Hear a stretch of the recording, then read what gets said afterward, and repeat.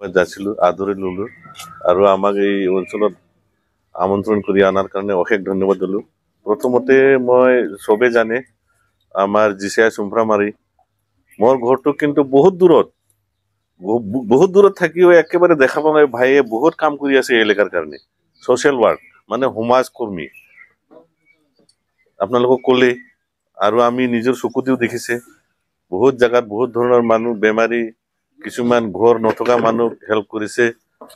ভাল আৰু ৰাইজৰ সেৱা কৰাৰ কাৰণে আমাৰ BPF দলটো ভাল হোৱাৰ কাৰণে UPPL দলটো এৰি পেলাই চৰকাৰ থকা দলকো এৰি পেলাই BPF দলত আহি জইন কৰি পেলাই আজি চেণ্ট্ৰেলৰ এটা ইউথৰ ডেকাবিলাকৰ মানে অৰ্গেনাইজিং ছেক্ৰেটাৰী হিচাপে এই গোটেই এলেকাটো মানে কাম কৰিবৰ কাৰণে এখেতে 6 মাহ আগত জইন হৈছে। তো এখেতক ধন্যবাদ দিব লাগিব। আমিতো বহুত দূৰৰ মানুহ, আপোনালোকৰ কিবা যদি অসুবিধা ইয়াকে বিচাৰিলে আপোনালোকে চব পাই যাব, এইটো আমি জানো। 2 নম্বৰ কথা হ'ল আমাৰ NDB ভাই, এক্স NDB ভাইবিলাক আছে আৰু এই যে চেনেল লৈ বহি আছে, এইবিলাকো এক সময়ত বিৰাট ৰাইজৰ কাম কৰা মানুহ আছিলে। আপোনালোকে দেখা পায় না চেনেলত কেতিয়াবা ওলায়, সেইটো আন্দোলন কৰা বৰাবিলাক আছিলে। এই BTR বুলি এগ্ৰিমেণ্টটো এই আমাৰ NDB ভাইবিলাকৰ কাৰণে হৈছিলে, হয় না? শান্তি চুক্তি এটা হৈছিলে, হ'ল যেনিবা সিহঁতকো গোটেই UPPL প্ৰমোদ বড়ো বুলি এটা পুটি মাছৰ নিচিনা পেট ডাঙৰকে চিনি পায় না BTCৰ চিপ, এই গোটেই ঠগাইছে। এইবিলাক চাওক, এতিয়া আমাৰ নিজৰ মানুহকে ঠগাইছে। কি অৱস্থাত আছে এইবিলাক?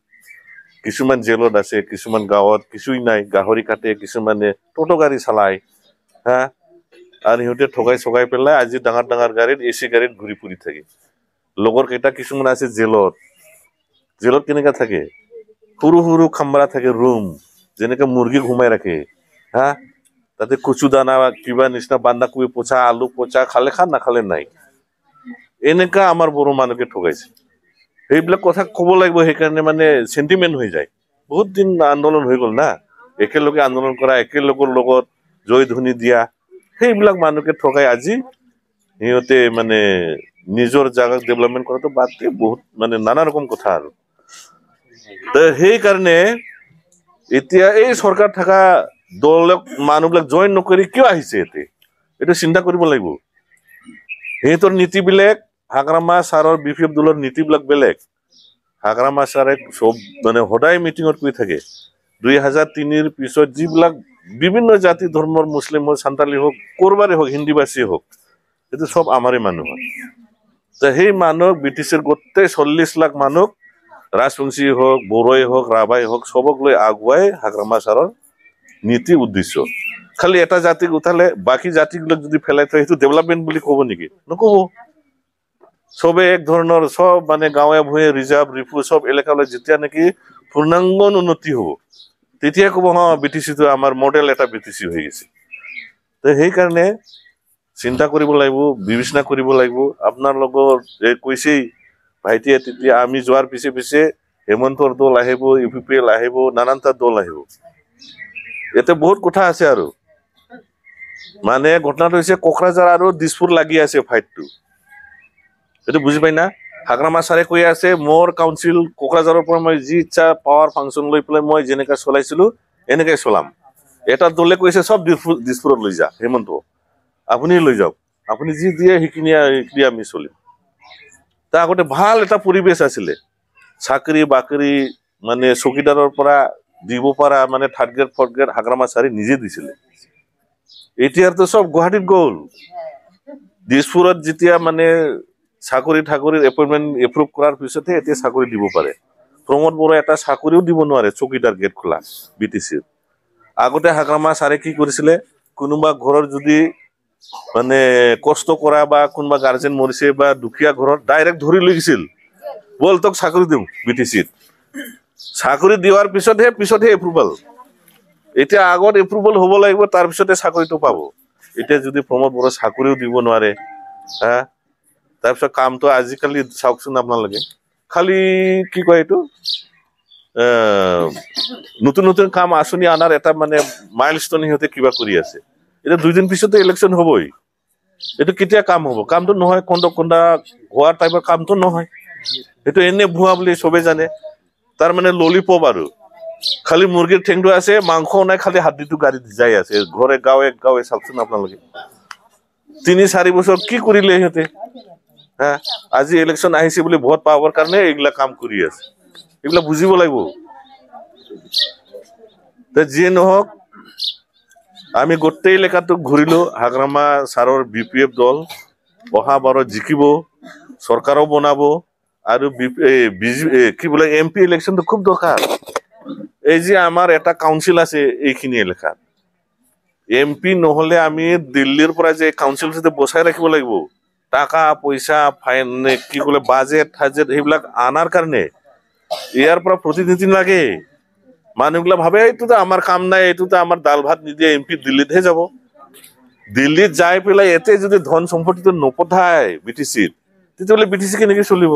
পইচাটো নৰেন্দ্ৰ মোদী তাৰ পৰাহে আহিব, যেনিবা পাৰ্লামেণ্টৰ পৰাহে আহিব। বাজেট কৰিব লাগিব, আমাৰ BTC পোৱা নাই, আমাক ইমান লাগে। সেইবিলাক কৰিলেহে BTCটো উজ্জ্বল হ'ব, টাকা পইচাটা আহিব ইয়াতে। এটা বুজিব লাগিব। কিছুমানে কৈ বোলে এইটো MCLA নহয়, এইটো কাম নাই। কিছুমানে দাঁত মাজি আছে, মই অহাবাৰত অমুকত MCLA খেলিম। কিছুমানে ভাবিছে মই টাকা যোগাৰ কৰিম, এনেকা কৰিম অহাবাৰ BTC ইলেকশ্যনত। আৰে বাবা, তোৰ BTC যদি নাথাকে তোৰ ক'ত খেলিবি ইলেকশ্যন? কিয়নো হাগ্ৰামা ছাৰে বাৰ কৈ আছে, BTC ভাইটিয়েও তেতিয়াও কৈছে, BTCটো আমি যেনেকে বচাব লাগিব। BTC মানে বচাব লাগিব, সেইকাৰণে গোটেই পাৱাৰ ফাংচনটো নিজে এষ্টিমেট প্ৰপ'জাল চাকৰি দিয়াৰ পৰা গোটেই পাৱাৰ ফাংচনটো BTCত আছিলে।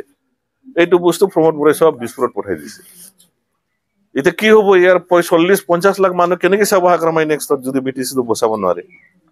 সেইকাৰণে আমি ইয়াৰ শাসন ক্ষমতাটো আমাৰ হাততে ৰাখিব লাগিব। লোকাল গভৰ্ণমেণ্ট আৰু এই কংগ্ৰেছ BJP নেশ্যনেল দলবিলাক যে আছে, ডাঙৰ ডাঙৰ ৰাজনৈতিক দল দিল্লী হেৰিৰ পৰা আহা, সেইবিলাক আমাৰ গাঁৱত কি লাগে, গাছ লাগে, বন্ধাকবি গাড়িব লাগে, ক'ত পুখুৰী লাগে, সেইবিলাক জানে নেকি?